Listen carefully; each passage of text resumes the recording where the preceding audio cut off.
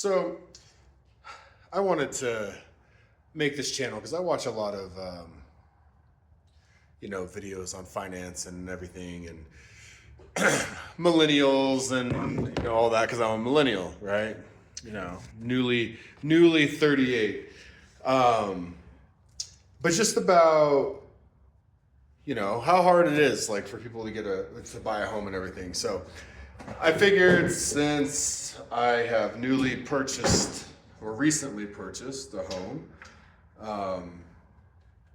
that I don't know, maybe I would make some videos just on the things that come along with it and the progress and everything like that. So I got this house back in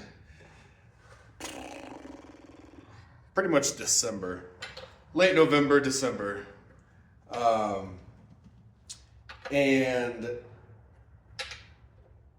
I got well, I got lucky. I think I got lucky. I was going to say like really lucky, but there's a lot of work that needs to be done here. Just happened to come across a situation where the house was inherited, and the brothers, one of the brothers, they both lived here. One of them was married and had kids and had another kid on the way. So the house was just too small because it's only a 2-bed, 2-bath. So it's a small house. For the layout makes it small. It's plenty of house for me. It's just an office and a bedroom, with a lot of space that I have to maintain, which sucks. But the house is old, very old. It used to be a cabin, from what I can kind of dissect, because the county doesn't have anything on the plot or the plat of the land, and there's been several decades of neglected maintenance. So the house had new siding, right? So I got the house for just over 300 under MLS. So that's huge, right? So like I bought it and instant equity. Okay, obviously I didn't buy it outright. One thing too is I had to do a DSCR loan. So for those of you that don't know what a DSCR loan is it's an investment loan, right? So what that means is this house, the intent of it is to be rented out as an investment, okay? So it's not being rented out right now because it needs a shitload of work. So I'm here doing the work. Will I rent it out? I don't know. Probably not, but I'll switch it over to a conventional, just, kind of waiting to do that and everything because, you can't do that instantly. But regardless, house needed a ton of work. So needs a roof. The deck needs either torn out or redone. We've already torn out the ceiling and replaced the ceiling, replaced the structural beam. I tried removing a fireplace, but the fireplace is structural. So to save 20 grand, decided not to do that. And a bunch of other things. There's lots of other shit. There's some stuff that they did to try and get the house sold, and it's atrocious. So I'll go over little things here and there, but I'm getting the chainsaw ready because this is something I've been doing every day, is trying to clean up the land. I've had to fell, I don't know, 40 trees so far. I did have somebody coming out and helping me. I was supposed to be a barter. They kind of went AWOL, kind of ghosted, so I'm just cleaning everything up. I started off, had never cut down a tree in my life before, and progress is coming along nicely. I feel quite confident cutting down these trees now, which range anywhere from 40 to 100 plus feet tall. So Obviously there's a lot that I don't feel comfortable with. And for one, the big part of that too is I don't have the wedges, I don't have the blocks and the ropes and everything and I don't know the physics and everything of it. If it's in an open area or open enough to where I can get out of the way, I'm gonna try and drop the tree. But just a lot of cleanup and everything. And it's very expensive to replace the roof. So that's one thing that kind of people gloss over is homeowners insurance, right? Homeowners insurance in this area is incredibly high. So high, in fact, that most of the houses that sell up here, well, most of the houses that are for sale don't typically sell because people can't get the homeowners insurance on them. And why can't they get the homeowners insurance? Because the fire risk is super fucking high. So fire risk is super high. Property values are very high. Property tax, it's high for the area. Some states have higher property tax, some don't. But I got this house for $420, I think. $330. No, $420. Yeah, I had to put 25% down. And I owe $300. I owe like $320 on it, and I had to put 25% down, so whatever the fuck that number is. So anyway, the big thing and the big reason why I jumped on that is I require agricultural land. I require to have A2. That is simply because of my profession. Okay. Here's the thing about my profession. It's feast or famine. It's either really good or garbage. So I have to plan for the garbage times. Like right now. Right now is a very garbage time. Hence why I have more free time to do a bunch of this stuff. Here's a fun thing. This water heater over here. Okay, that's not a new water heater. It is a water heater that they were going to put in because the water heater for the house is from 1992. Okay, it is 2026. It still works, surprisingly.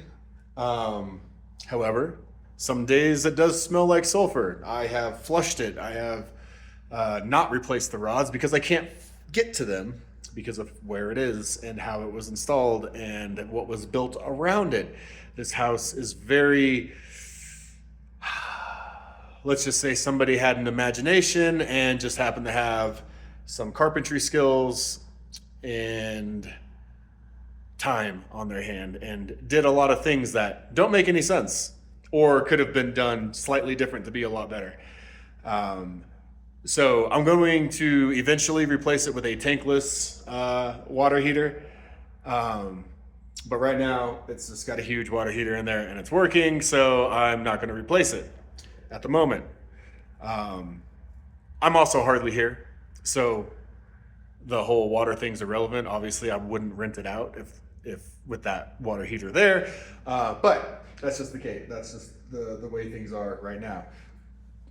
Now, I did have help buying this property. Okay. So there's no sugarcoating it, no nothing like that. I didn't put the $120,000 down. I put 30 or 40 down. The rest of it, my mom covered. Before anybody says, "Oh, how lucky," "Oh, this and that."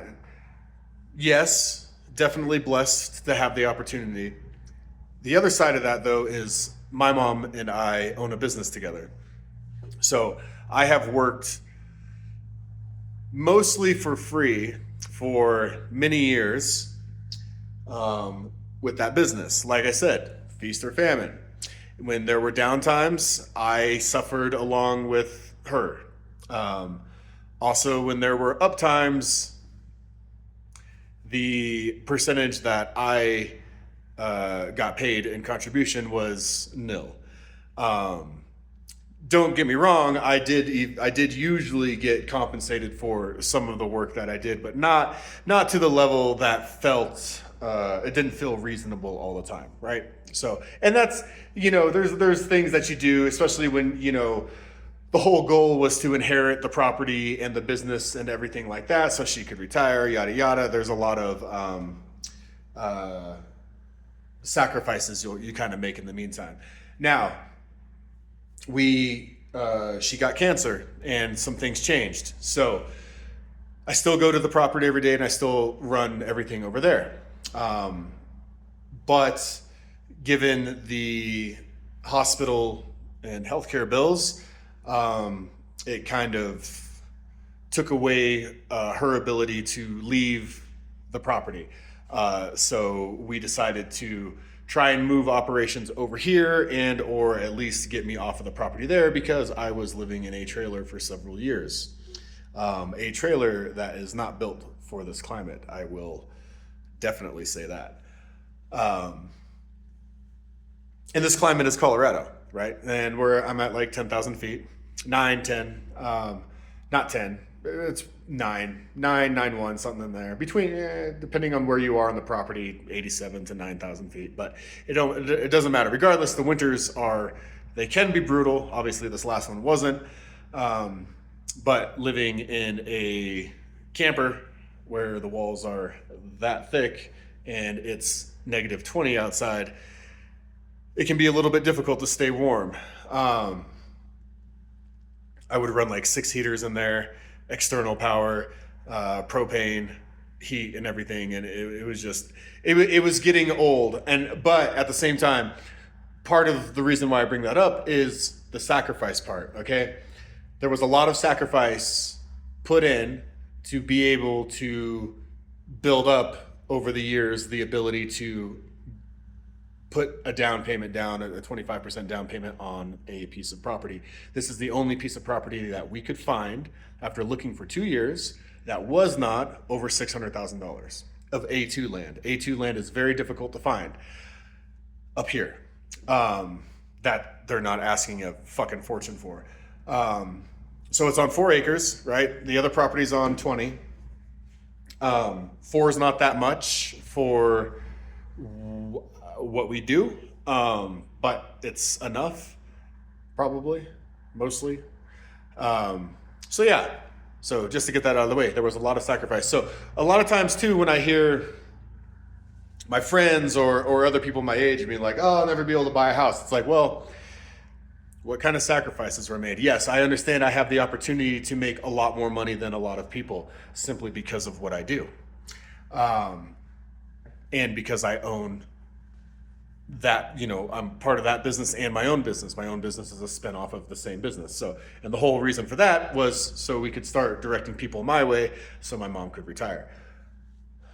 I digress. Regardless, I got divorced. I sold all my vehicles. I sold my Denali, my Corvette, my BMW, my Audi. Yeah, I think that was all of them. And then that's when I, moved back home at 36, moved back home after being married for 6 years. And,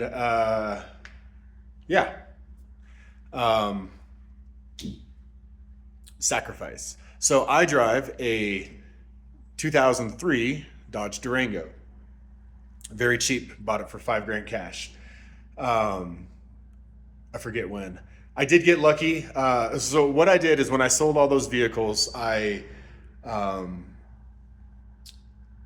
put most of it. We had to do, so when I was married, we had to do some things to the house down there because we were stationed overseas. So we had to do some things to get the property here ready for rent. So some of the money went towards that and kind of just like to survive. But most of the money went straight into the S&P. I had never invested before in my life, but I figured, hey, here's a chunk of change. Let me just throw it in the market. And it's been there ever since. So that account started, I want to say it was $20,000 or $25,000. It's at over 200 now. So that's nice. That's cool. I really hardly contribute to it at all. I do every once in a while. When I get a large chunk of payment or something, I'll put it in there. Like if I don't need it immediately, I'll just put it in there. That's also kind of a point of the sacrifice. Like I hardly go out. I don't drive a nice vehicle. Every once in a while, I'll get something nice, but it's minimal.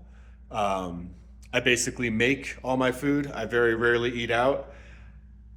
I shop at Costco, so I buy in bulk, and all good. I've been on chicken and rice for I want to say like the last 6 months, and et cetera, et cetera. Everything I buy is typically secondhand. So this 6x6 that I'm on right here, I actually bought this for the other property a while ago, but I obviously didn't buy it new. I bought it for $5,000. It needs work. It's breaking. But yeah, everything I buy is not new, secondhand. Plus, I do that because I'm going to beat it up anyway. But who wants to pay retail? Like that's one of the luxury things is like buying something retail, in my opinion, is a luxury. The only thing I'll buy retail is like clothes or computer. So with that was, I guess, a little introduction. So I will try to make some videos, just kind of going over some of the work and everything that I do over here. So actually, you know what? Let's go check out some of that. Let's go check out some of the work that's been done. All right. A lot of the stuff that's in this garage, like everything over here, the prior people left. I've put some stuff in here, like these freezers. But, well, actually, one of the refrigerator freezer was actually left here, so yay. But, so, I can't swap the camera for some reason because I guess they took that feature away. But, so the deck needs replaced, right? So the only way for me to get insurance on that was basically to tell them I will have it done. It'll either be torn out or it'll be redone by the time my renewal comes up for my insurance. So there was a little bit of bartering there. My agent is super awesome, so got away with that. This also needs to be redone. It is not to code. Actually, almost nothing on this place is to code. But it did get new siding, so it's got the forget what it's called. The little concrete side, I forget off the top of my head. So this room that I'm in right now, I totally ripped everything out, redid the walls, the ceiling, the floor. The stairs still aren't done. And as you can see, the floor is all ripped out of here as well. Whoa, why'd you rip the floor out? Because it was covered in cat piss and dog piss, and it was disgusting. So, saving grace, the subfloor is old school. It is super sturdy. It's pretty awesome. This is the fireplace we tried to remove, but found out we couldn't, so we're just gonna turn it into shelves. So it looks like the other side used to look like this, where it's just rock. And it's fine, it's fine. I just didn't want this here because it's just weird. And I can't use it. The fireplace doesn't work. The flue is cracked. So I could sleeve it and I could use it. However, one of the things that the brothers did say was if they said this fireplace hasn't been used in decades. They said they remember when it did used to be used that what it would do is it would pull all the cold air from these windows in winter. Like this is, I think I measured it, it's like 24 feet of windows.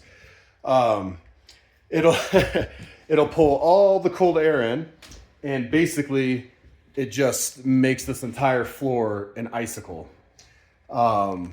So I was like, well, if that's the case, then why don't we just remove the fireplace?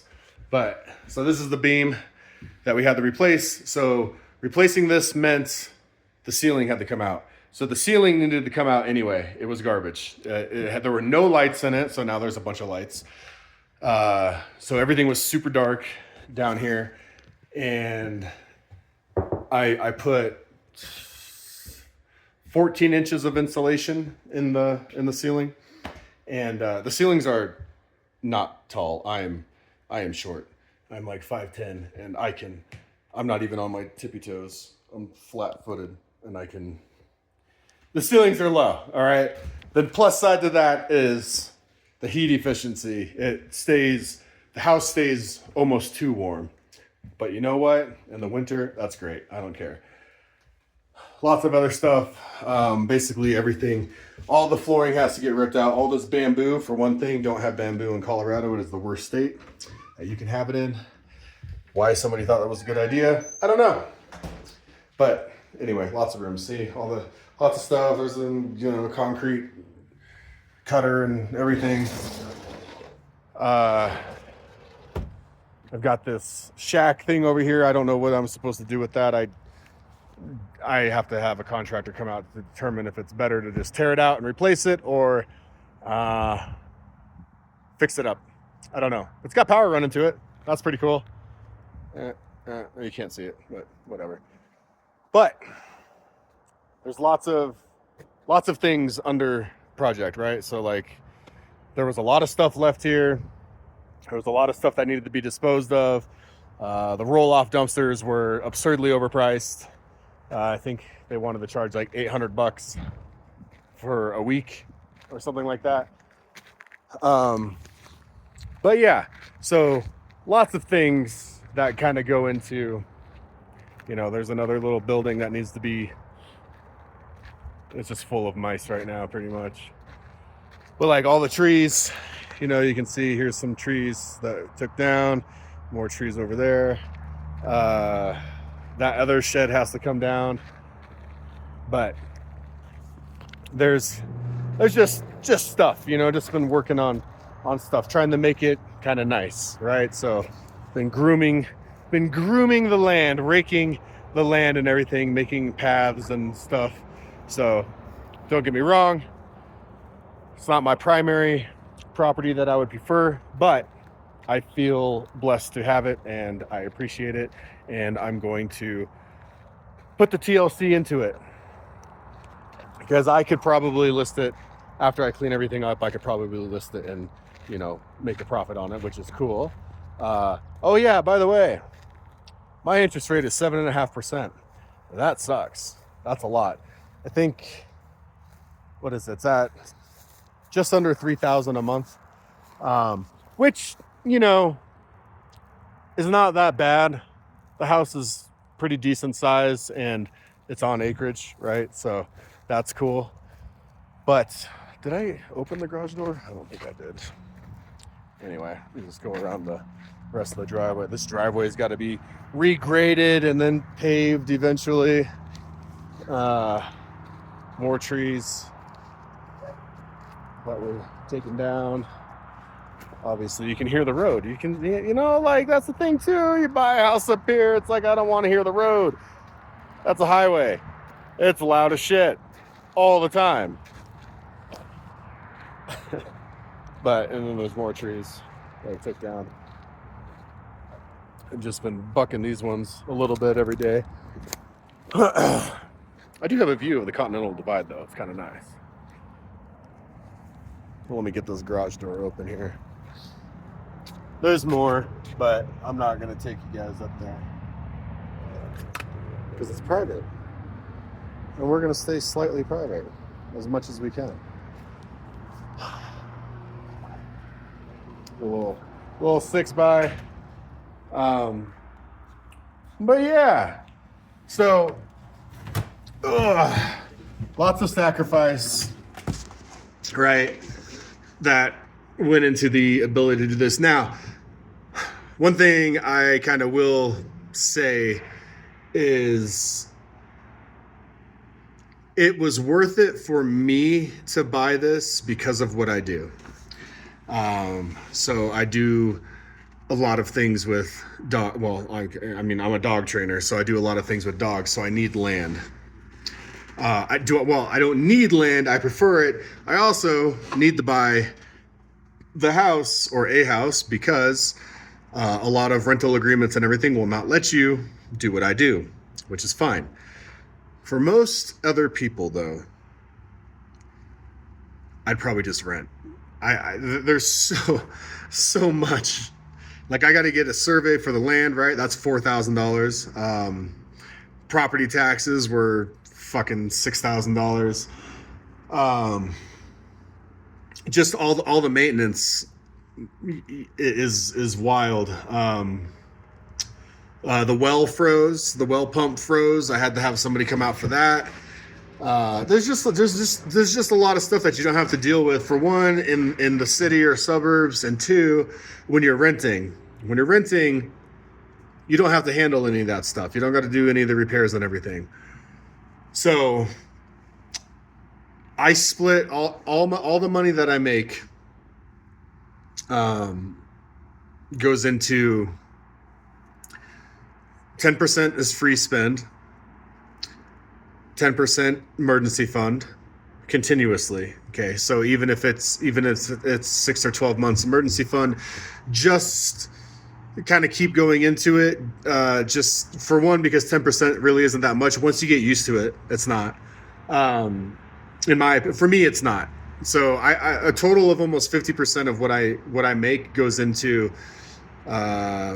free spend, 10%, emergency, and the emergency fund might be 15%. I think it's 15%, and then investment for retirement is 25%. That's new. It used to be 20, now it's 25. So I try to live on what is left after all of those things. And the reason for that is because those things are pretty critical, right? But because I want to retire. I don't want to keep working. I don't want to keep doing this stuff. I want to at least have some kind of a nest egg where I can just be like, you know what? I'm going to take some time off and I don't have to worry about it. That's the goal. Will it happen? I don't know. The market could totally go down 90% and I could be screwed for a decade. Who knows? But whatever. I can either make some months I make really good money. I think I closed 30,000 last month. Some months I could make almost none. I think I'm only going to close 7 this month, 6 or 7. So, it just matters. However, I'm not worried about a bad month because I have the savings all in a high yield. So at least it's making something. Also, for large purchases, I don't need to take a loan. I can basically borrow against my investment account. So that was a build up too, and that was planned. That was planned from 2019. So it's taken almost 10 years. It's taken like 7 years or so to get there, but I can pledge against my investment account with Schwab, and I don't have to. I still have to pay interest. However, it's an annual rate. It is not amortized up front, right? So that's one thing too about buying a house is all of your interest is amortized up front. So it doesn't matter. You're paying the $3,000 and everything a month. You're not paying on principal. I think for like the first 10 or 15 years, you're paying full on interest only. And on a DSCR, at least on my terms, you can't pay on principal ahead of time. As far as I know, I got to call them because it's swapped hands. They just sell the loan to another company, and they might have slightly different rules. But my phone is running out of space, so I will upload this video and I will make more. Like, follow, I guess, subscribe. It's not going to matter.